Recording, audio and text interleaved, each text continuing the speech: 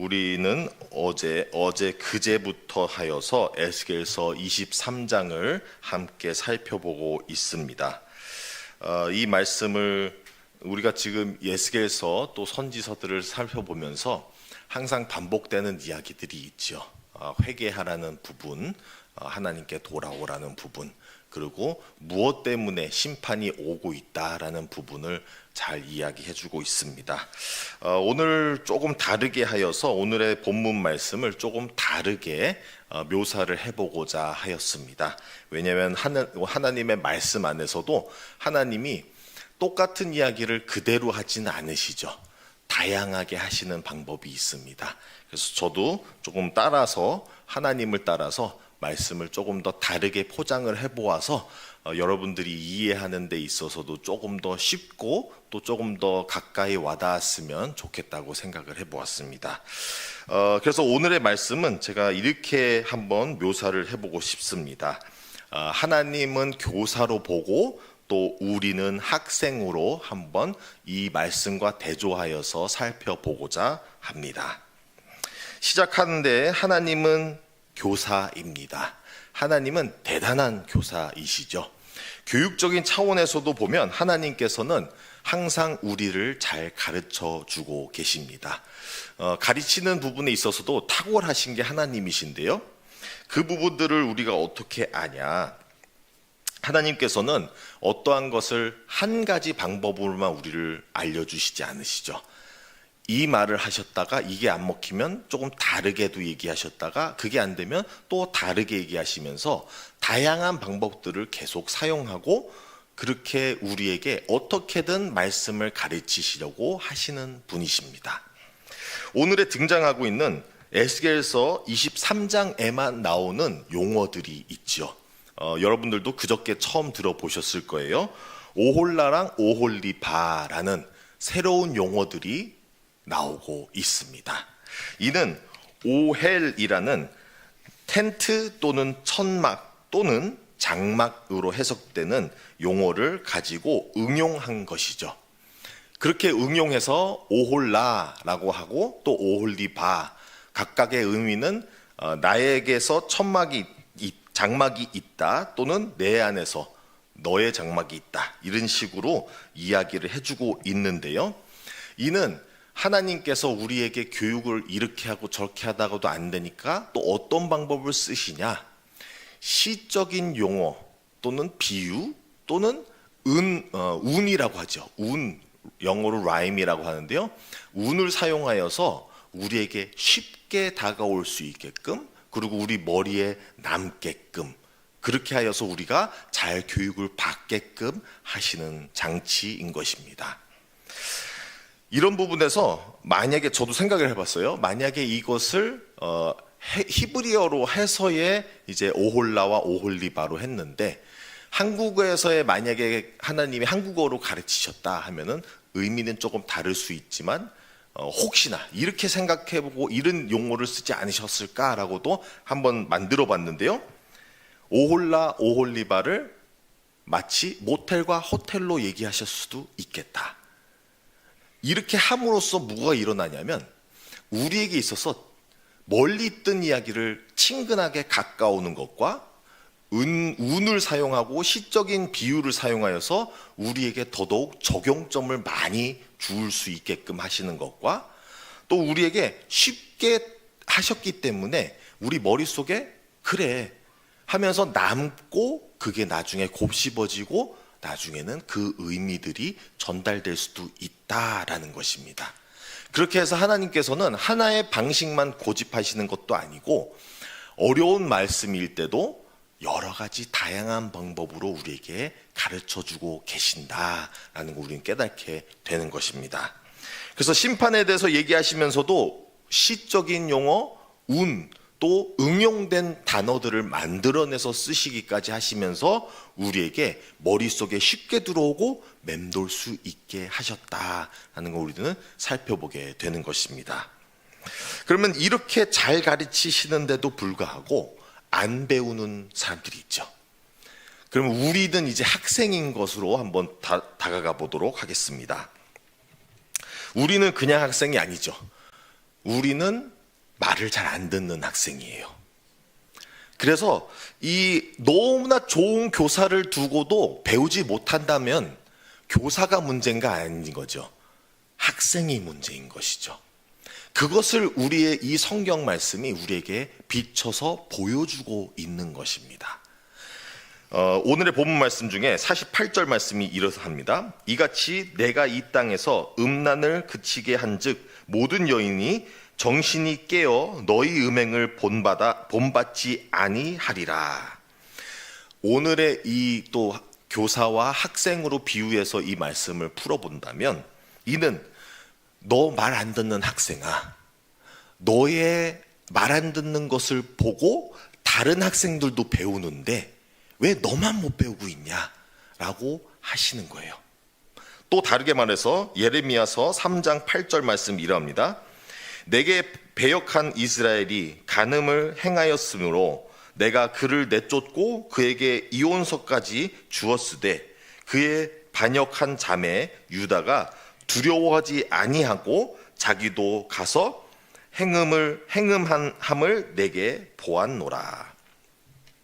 이거를 또 다시 학생과 교사로서 풀이를 해본다면, 너 오홀리바야, 너의 자매, 너의 언니 오홀라가 그렇게 잘못한 것, 말 안 듣고 잘못해서 망한 것을 보고도 불구하고 너는 왜 그대로 따라서 가고 있느냐라고 얘기해주고 있는 것이죠. 즉 이렇게 좋은 교사와 좋은 배경 속에서 잘 배울 수 있는데도 불구하고 이렇게까지 고집을 세워서 안 배우고 있는 모습을 보여주고 있는 것입니다. 안 배우는 것을 본다면 왜 학생이 좋은 교사와 좋은 환경이 있는데도 불구하고 배우지 못하느냐라는 것을 조금 더 파고들어 봤을 때에 특징들이 있지요. 그 특징 중에 큰 것은 뭐냐면, 본인은 이미 다 알고 있고 더 이상 배울 게 없다. 자기가 알고 있는 오로지 그 작은 세상이 다라고 생각하고 있어요. 그리고 더 이상 필요가 없어. 그리고 오히려 또 반대로 또 다른 특징이 있죠.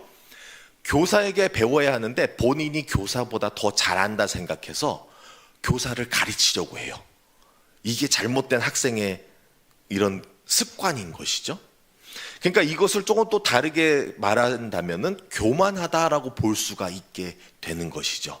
자기의 작은 지식이 다라고 생각하고 본인은 배울 필요 없지만 너는 배워야 돼. 너는 내게 와봐. 내가 가르쳐 줄게. 이런 뒤집어서 생각하는 부분들. 그리고 전혀 선생님이 해주는 말씀을 절대로 배우지 않고 본인이 모든 것을 판단하고 나아간다. 본인이 주인이 된 것이죠. 하나님이라는 좋은 교사가 가르쳐 주는데도 불구하고 세상을 만드신 분과 세상의 원리를 아시는 분이 가르쳐 주시는데 나는 그거 안 들을 거야. 내가 더 잘 알아. 세상은 내가 살아봐서 알아. 이러고 있는 것이죠. 얼마나 우스운 모습인지를 모르겠습니다.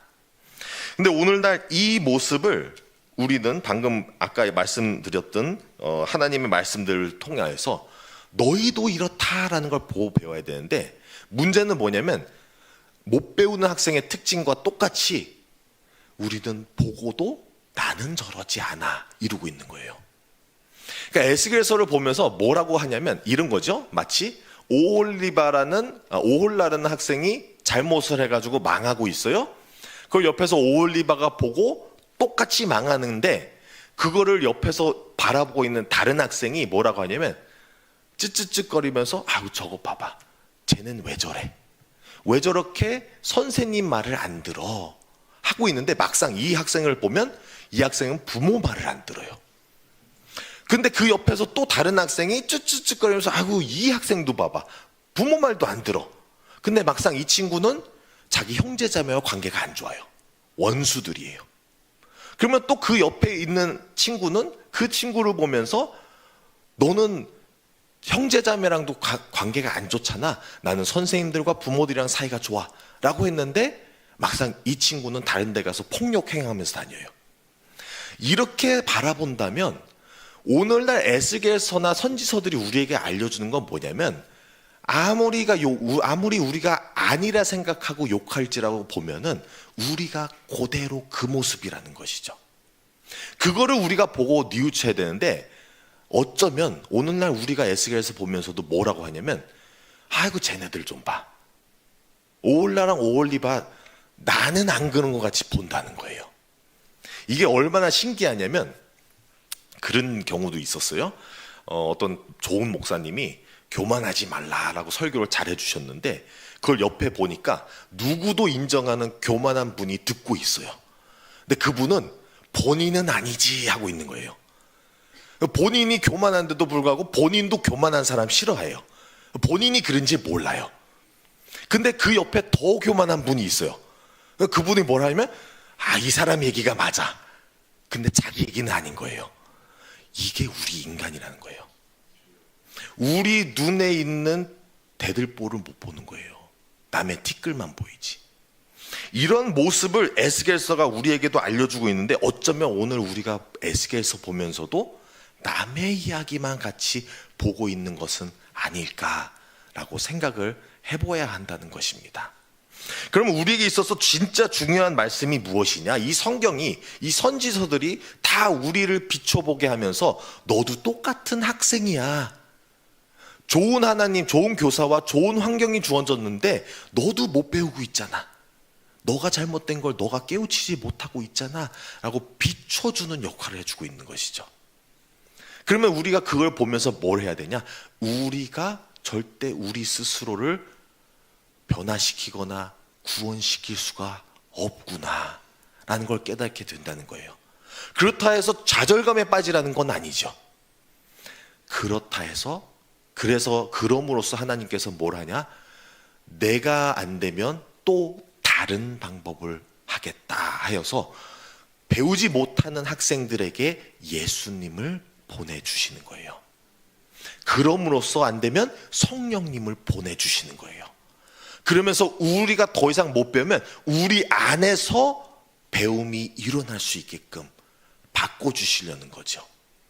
그렇게 하여서 어떻게든 하나님의 품으로 돌아와라.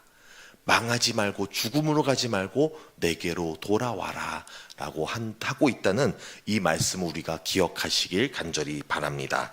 마지막으로 하나의 예화만 더 들고 제가 마무리하도록 하겠습니다. 오늘 제가 이 말씀을 준비하면서 뭘 깨닫게 되었냐면, 옛날에 어린 학창시절이 기억이 났어요. 제가 학교를 많이 옮겨 다녔는데 그 중에서 남아공에서 잠깐 다닐 때가 있었는데요. 남고에서는 그 당시에 우리 반에서 시험 기간이 들어오자 아이들이 얇은 펜을 찾아요. 그래서 왜 시험 공부는 안 하고 얇은 펜을 찾냐 했더니 애들이 시험 기간이 들어서면 커닝 페이퍼 만드느라 바빠요. 그래가지고 얇은 펜으로 작은 종이 안에 최대한 많은 글을 적어 놓을 수 있느냐라고 해가지고 이렇게 만드는 거죠. 그래서 누구는 팔에다가 붙이려고 해서 고만한 종이를 잘라서 거기다가 다 채워놓고, 누구는 펜 사이에 말아놓으려고 해가지고 엄청 작게 적어가지고 말아가지고 펜 안에 넣어놓고.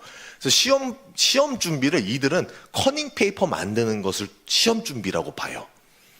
그래가지고 저는 이제 공부를 워낙 못했으니까 욕심이 없어서 그냥 받는 점수를 받겠다 했는데, 이 친구들이 그렇게 해가지고 어떻게 잘 보나라고 봤더니 한 친구가 있었어요. 열심히 커닝 페이퍼도 만들고 시험 중에서도 열심히 커닝 페이퍼를 봤어요.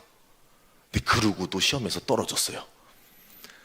와, 이 친구는 얼마나 했으면 커닝 페이퍼를 보고도 떨어지는 친구가 있었구나 라고 보게 되는 거예요. 근데 오늘 에스겔서를 통해서 뭘 알게 되냐면, 이게 우리의 모습이다. 우리에게 커닝 페이퍼가 알려주고 있어요. 지금 성경을 통해서 우리가 이렇다라고 다 알려주고 있어요. 답까지 다 알려주고 있어요. 근데 문제는 뭐냐면 막상 우리가 그걸 뉘우치지 못하고 있다는 거예요. 다시금 말씀드립니다. 그럼으로써 우리가 안 되기 때문에 예수님을 보내주시는 거예요. 예수님을 붙잡아야 돼요. 우리는 커닝 페이퍼 붙잡는 게 아니죠. 오홀라와 올리바와 같이 다른 학생들 붙잡는 것이 아니에요. 강한 학생이라 해가지고 이집트를 붙잡고, 강한 학생이라고 바벨론을 붙잡고 하는 게 아니에요. 답은 오직 하나님께 있고 그리고 그 안에서 예수님을 찾아야 한다는 것입니다. 그럼으로써 우리가 예수님을 붙잡고 다 승리하는 저와 여러분들이 되시기를 바랍니다. 마무리하겠습니다. 오늘의 에스겔서를 통해서 우리가 바라보는 건 진짜 대단하신 하나님 교사를 만나게 됩니다. 이렇게 말도 안 듣는 우리에게 끊임없이 포기하지 않으시고 계속 이 방법 저 방법 사용하면서 우리에게 말씀을 해주고 있는 것입니다. 그리고 우리가 이 말씀을 통해서 뭘 보게 되냐면 말 안 듣는 학생인 우리를 보게 됩니다. 그렇게 좋은 교사와 좋은 환경을 주고도 말하고 우리는 배우지를 못하고 있다는 것입니다. 왜냐하면 우리가 잘못됐다고 생각을 안 하는 것이죠. 옆에 친구는 잘못됐지만 난 저러지는 않아 라고 하는 모습이 우리에게 있어서 오늘 하나님께 다가가는 걸 막고 있는 것은 아닐까 생각을 해보게 됩니다. 마지막으로 우리에게 있어서는 어떠한 좋은 학생, 좋은 커닝 페이퍼 이런 것들이 필요한 것이 아니죠. 우리가 안 되기 때문에 오직 예수 그리스도만이 필요하다는 것입니다. 오늘날 우리는 예수님을 바라보며 예수님만 붙잡고 살아가는 저와 여러분들이 되시기를 간절히 바랍니다. 함께 기도하겠습니다. 하나님 아버지 감사드립니다. 이렇게 어려운 에스겔서인데도 불구하고 어려운 심판에 대한 말씀인데도 불구하고 주님께서는 우리가 어떻게든 배우기 위하여 이렇게도 얘기해 보시고 저렇게도 얘기해 보시고 또 다양한 시와 비유와 운을 사용하면서까지 우리에게 다가와 주십니다. 아버지, 우리가 그럼에도 불구하고 우리는 배우지 않고자 고집을 하고 있을 때가 너무나 많습니다. 아버지, 우리의 마음을 녹여주셔서 우리가 진정으로 찾아야 되는 것은 어떠한 다른 능력, 다른 힘, 다른 인맥, 다른 도와줄 것들, 다른 커닝 페이퍼들이 아니라 오직 예수 그리스도만 붙잡아야 한다는 것을 깨닫게 하여 주시옵소서. 그래서 예수님만을 붙잡음으로써 우리가 진정으로 구원을 얻게 하여 주시옵소서. 이 모든 말씀 우리 주 예수 그리스도의 이름으로 기도드립니다. 아멘.